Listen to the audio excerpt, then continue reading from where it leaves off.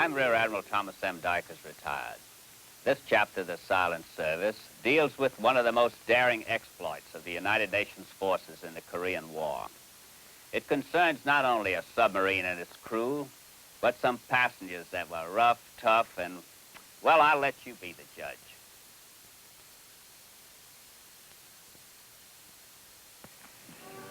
The United States Navy submarine Perch was a typical fleet submarine. Its rebirth began at the Mare Island Naval Shipyard in California, where certain modifications changed it into a special breed of ship. Hey, what are they doing on the Perch? Beats me.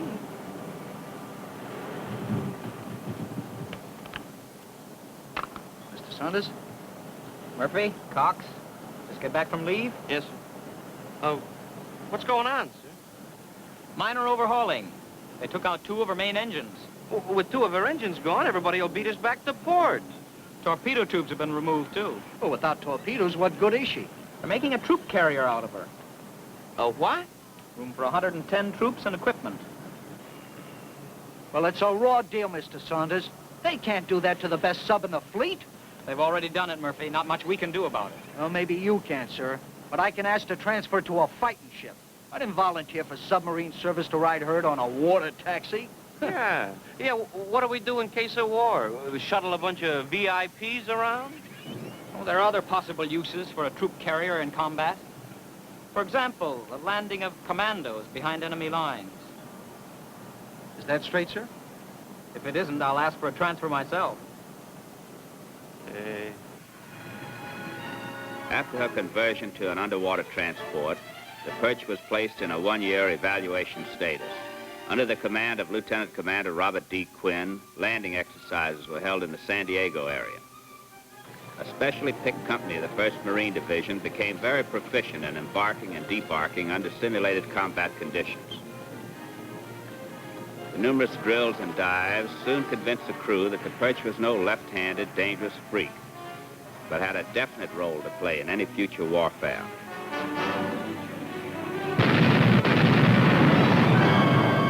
The Korean War broke out during the final stages of her evaluation. The Perch and her crew were ready. She was ordered to Japan. The word was that she would transport Marine raiders into enemy waters. Excitement ran high as the crew anticipated the missions ahead. They were determined to prove the Perch's efficiency. Skipper Quinn, Exec Flessner, and Bill Saunders engaged in thinking sessions. Was the Perch really ready for combat? Could her performance be improved? Well, we've got to anticipate every emergency, whether it arises or not. What do you think will give us the most trouble, Captain? Shore batteries? Bill, I'm concerned about everything the enemy can throw at us. Shore batteries, patrol boats, planes, destroyers, subs, well, you name it. They probably have it. Say nothing of rocks and shoals. We can't stand too far offshore, sir. The landing party has to paddle those rubber boats. Exactly. Right now, we can't estimate how close to the target area we dare go. In some cases, it can be pretty bad. I'm afraid so. That's what worries me. Those Marines would be sitting ducks during such a long trip to shore. To say nothing of being pretty tired by the time they hit the beach. Now, they definitely require better and faster transportation than those rubber boats. Now, they need something to tow them and drop them off closer in. A whaleboat would be too big. But a small skimmer. A rubber boat with an outboard. Yeah, that would do the job. That sounds like the answer, Captain. I'll bet it'll work. Well, what about the sound of the skimmer's engine? Wouldn't that alert the enemy? Well, not if we muffle the engine. Yeah. The only problem I see is where to stow it. No strain. We stow it with the other rubber boats. How about installing an antenna we can raise above the surface? We'll need it for ship-to-shore communication. Well, that's a good idea. When we get to Japan, I'll ask the division commander for approval. Now, here's what I was thinking. Yokosuka Naval Base near Tokyo, August 1950. Skipper Quinn received permission to install a new radio antenna. The skimmer was housed in the hangar in place of the LVT. Cox, Murphy. Yes, sir. Yes, sir. How would you men like to live dangerously? Well, what have you got in mind, sir? Transfer to the Marines? Well, almost. I've been put in charge of the skimmer. I need a good coxswain and a machinist mate. All we have to do is tow the assault craft ashore, land explosives, pick up casualties. Might be fun. This is strictly on a volunteer basis. Well, you can count me in, sir. How about you, Joe? Well, I don't know. It's always been against my principles to volunteer for anything. Couldn't you just order me to do it, sir? I could. Aye, aye, sir. I'll do it.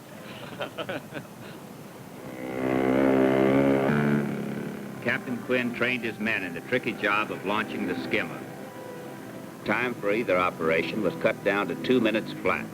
The Perch was now ready to take Marines for a raid behind enemy lines in North Korea.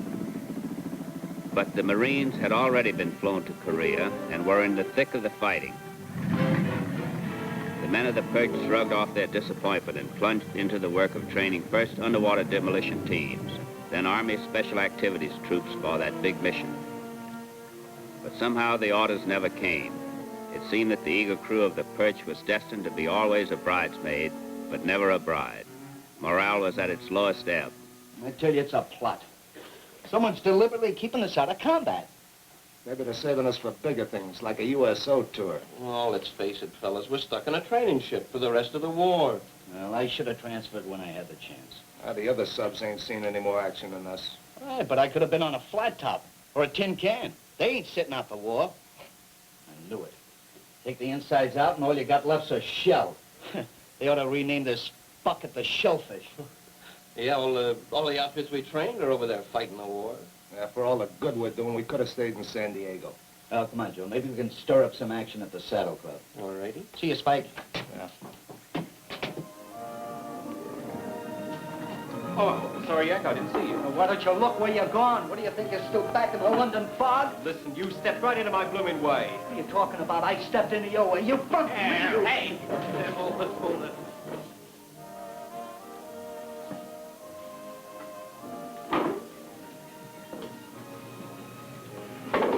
You had no right to stop me. Could have taken him easy. Oh, come on, Murph. You're just jumpy, that's all. He couldn't help it. Let's make amends, Yank. This'll do you for the one I spilled. Thanks. Ogilvy's my name. Stan Ogilvy. This is Harry Craig. Craig? Murphy's the name. Phil Murphy. Cox. Hi. Have a seat. All right. Murphy, eh? Well, that accounts for the quick temper, anyway. Look, our nations are allies. Why shouldn't we be, too? Why fight amongst ourselves? We've got so much of it to do in Korea. I'll drink to that. All right. We've only got here 2 days ago. What's those ruddy fish for? Twin dolphins. Meaning what? Submarine service. What outfit you with? Royal Marines, 41st Independent Commandos. You blokes have been in the thick of it, haven't you? How many ships you sunk? Well, 4 transports and an aircraft carrier. What do you know? It's not bad going. Seeing as how the North Koreans got no aircraft carriers. Well, it was one of our own. Well, I see you got the wit of the Irish to go with the spleen. Where in Ireland were you born, Murphy? Dublin, South Dublin. Really, now? My own father spent time in the city till birthday. He was with the army during the Revolution. With the black and tans? Well, of course. Don't tell me your father was in the rebel army. Well, sure he was. Remarkable coincidence. You know, your father and mine might have traded bullets on some dark Dublin street 30 years ago. It's amazing. It's a small world. And next time I write the governor, I'll have to tell him about this. He won't believe it. What ship are you on? The Perch. Oh, we've heard of her. That's the one without the torpedoes, isn't it? Hey, that's classified information. Murphy, how'd you sink them 4 transports? With a pea shooter. Murphy, I've got a sneaking suspicion you're nothing but a blowhard. Whale of a boaster. But when it comes... You want to step in the alley? A submarine without torpedoes. It's like going to war without a gun. Come on, Joe. This guy don't want to fight. He just wants to talk us to death. See you later. Right, huh? Bye.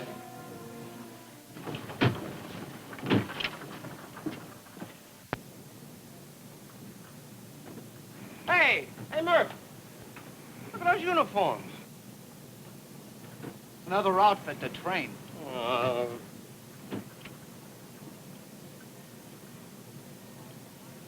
Hi, you chaps. I hear you run a ruddy rough training outfit. Did you know last night you were assigned to the Perch? Of course, old man.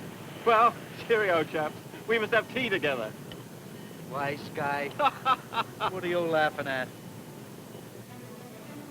41st Royal Commando Unit attacked their training exercises with such vigor that the entire crew of the Perch, including Murphy, was impressed.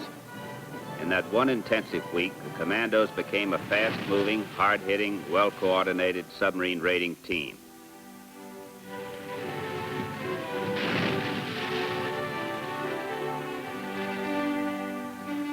Their appetites were enormous. The ship's cook figured they averaged 6 eggs a man at breakfast.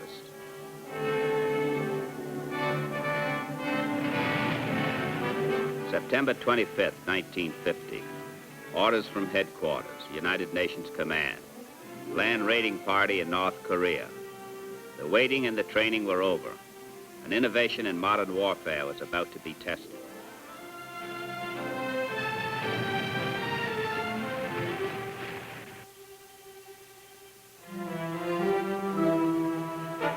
We're approaching target area.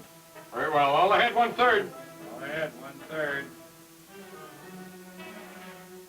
The commandos were briefed on their objective.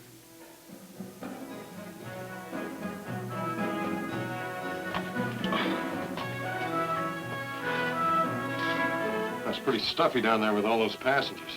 Oxygen content low. Commence snorkeling on one engine. It'll freshen things up. Aye, sir. See any lights? Not a thing, Captain. I'm going to surface in about an hour. I'll take over. Aye, aye, sir.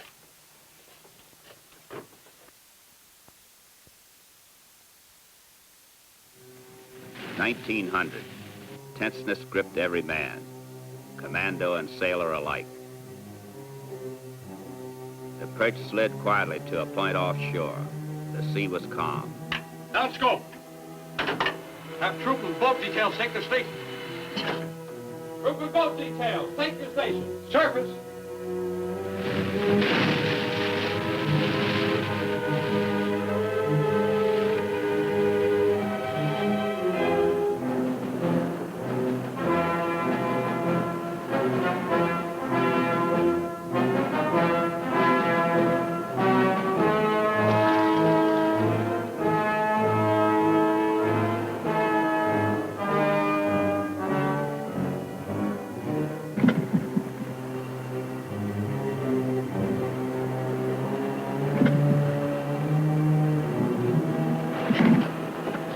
Mr. Saunders. Take out the plug and wipe it down. Aye, aye.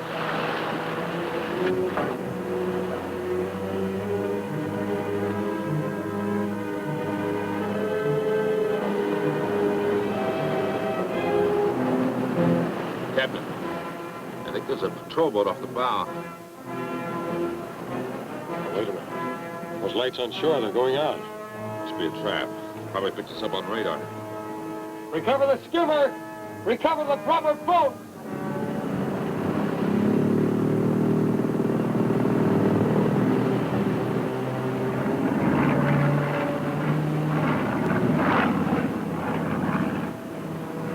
Control, there's a plane overhead. Check IFF, see if it's ours. Bear a hand on deck.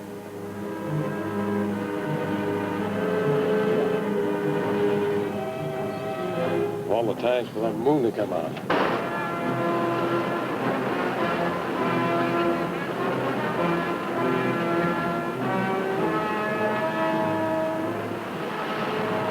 Bridge, no signal on IFF. Must be a MiG. He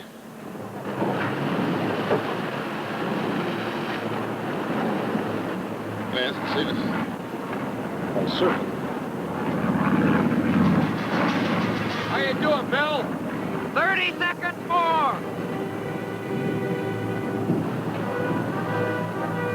Secure all guns.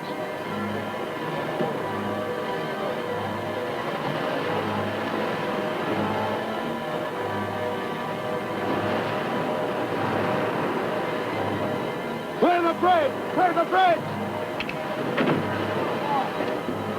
Dive! Dive!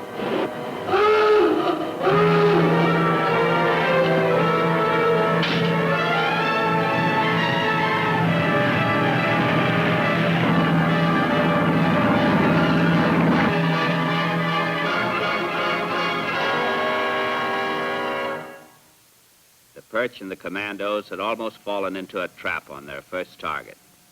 They had a secondary target, an ammunition dump 10 miles to the north. Major Collins, the Marine commander, was ready to go ahead, but Skipper Quinn was undecided. Major, the whole coast might be alerted to us by now. Now, let's check with the task group commander and see what diversionary action we can scare up.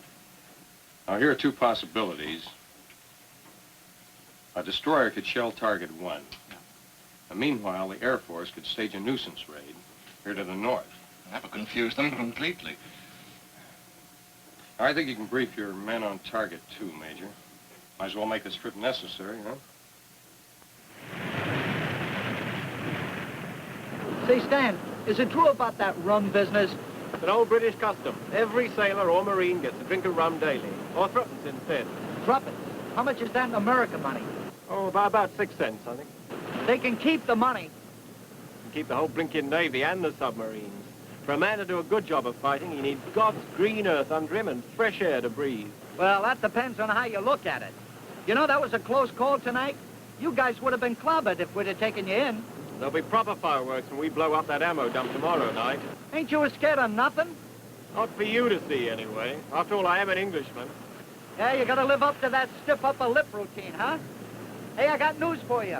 I wasn't born in Ireland. Neither was my old man. I just happened to see some movies of the Irish Revolution. You don't surprise me. It was a gag. That's what I like about all you Yanks. You're all a lot of jokers. The following morning, the Perch made rendezvous with the destroyer Maddox. A discussion of events with the task group commander resulted in agreement that diversionary attacks be made in conjunction with a commando raid on Target 2. October 1st at 7 in the evening, the diversionary attacks had commenced. Would they work? The radar man reported the 2 patrol boats in front of the target area had both moved off. One to the south, the other to the north. The target area was clear.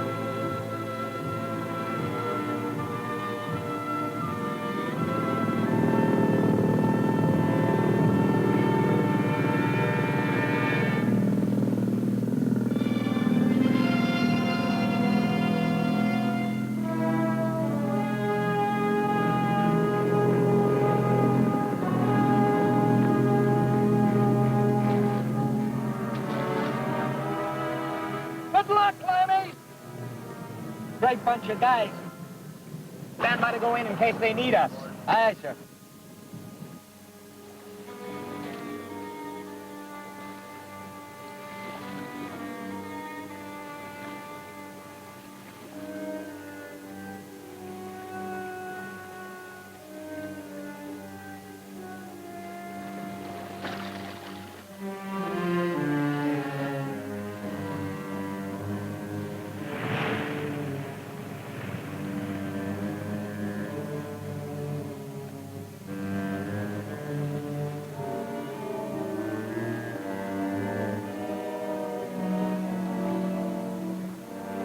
Well, they're going in. I hope there ain't any guards around. Well, getting to that ammo dump won't be too tough. Getting back's gonna be murder. Boy, they can have it. That's what Oglesby said about the submarine.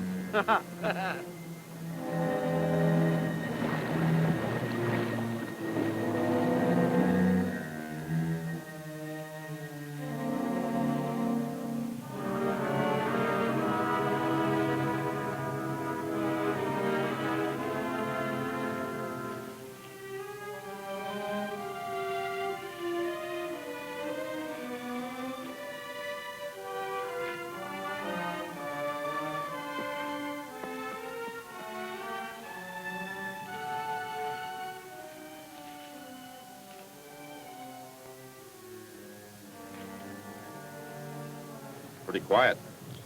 That's the way the commandos like it. Without surprise, they're dead. I didn't see him load any explosives in the skimmer. Well, they're using phosphorus grenades. Throw a few of those into an ammo dump and you've had it. I sure hope we don't have to leave those boys. It'll have to be awfully hot before we do.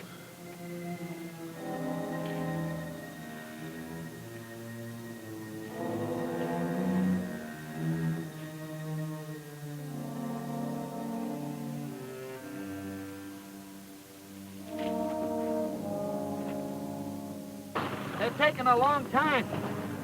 They're in no hurry. When they get back to the beach, why don't we go in so they don't have to paddle out so far? If it's safe, they'll let us know. A commie up on top of that rock with a machine gun could get every one of them. Cox, I'm beginning to think you're a pessimist.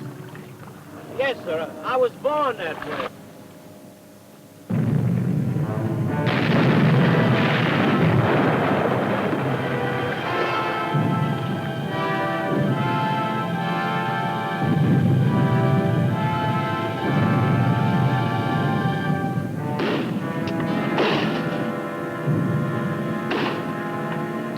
Break radio sounds?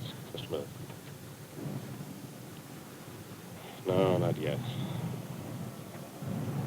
Oh, this is murder.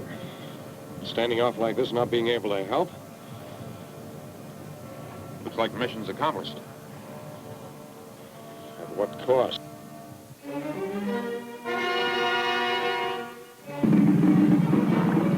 Skimmer to shore. Repeat message. Right, coming in. We're going in, Murphy, a casualty.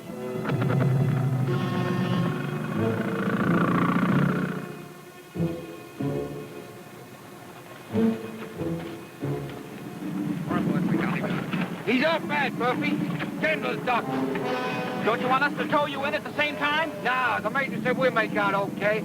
Get going. He needs help.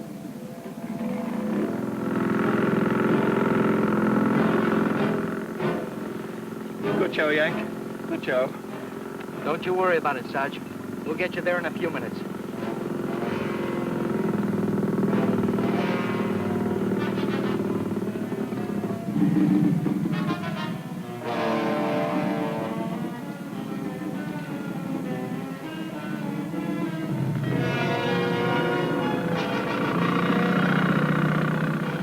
The skimmer hurried back toward the beach and took the boats in tow.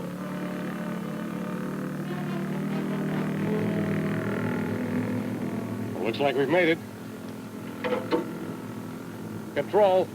Major Collins will want to know how his sergeant is. Check on it for me. Oh. I'm sorry to hear that. Well, thanks. Sergeant Stanley Oglesby, Royal Marines, 41st Independent Commandos, was buried at sea the following morning. The experience from constant training and the careful planning by the Marines and the Perch'S crew had much to do with the raid's success. This was only the beginning for the Perch. It had fulfilled its destiny. I'll be back in a moment with our special guest.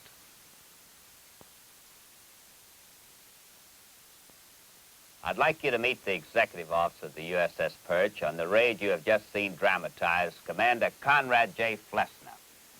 You had a rough time getting a chance to put that landing party ashore. Yes, it looked for a while like we'd done a lot of training for nothing. Those Royal Marines evidently were a pretty tough bunch of commandos. I couldn't begin to express my admiration for them.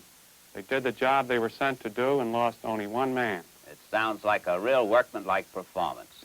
It was. They were well trained and they had plenty of what it takes. I'd say the same applies to the ship's company of the Perch. Congratulations to every one of you. Join us again for another true and exciting story of the silent service. Take her down and up and by, through the deep blue, underneath the ocean sun. We'll control the ocean wide, from down, down, underneath the sea. Faith and force will pass the word, in the future yet to be.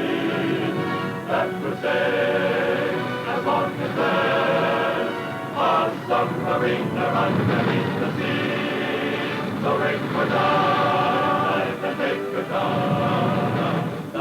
Go down, down underneath the ocean. Fearless men will find renown.